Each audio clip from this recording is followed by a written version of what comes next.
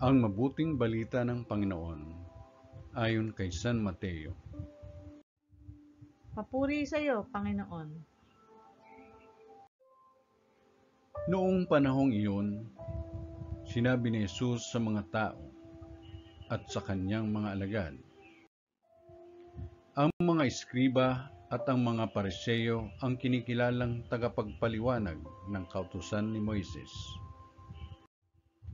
Kaya't gawin ninyo ang itinuturo nila at sundin ang kanilang iniuutos.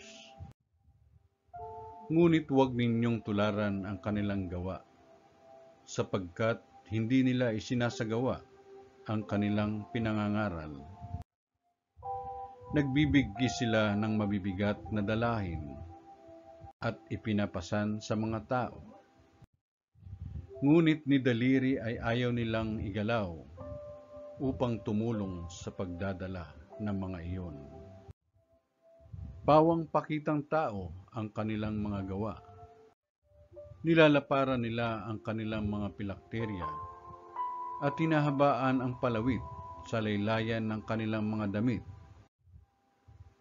Ang ibig nila'y ang mga upuang pandangal sa mga piging at ang mga tanging luklukan sa mga sinagoga.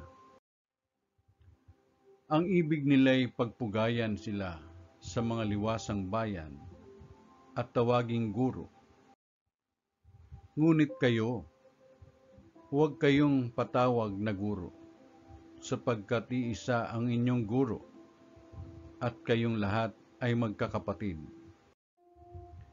At huwag ninyong tawaging ama ang sinamang tao sa lupa, sapagkat iisa ang inyong ama, ang amang nasa langit. Huwag kayong patawag na tagapagturo, sapagkat iisa ang inyong tagapagturo, ang Mesiyas. Ang pinakadakila sa inyo ay dapat maging lingkod ninyo. Ang nagpapakataas ay ibababa, at ang nagpapakababa ay itataas. Ang mabuting balita ng Panginoon. Pinupuri ka namin, Panginoong Jesucristo.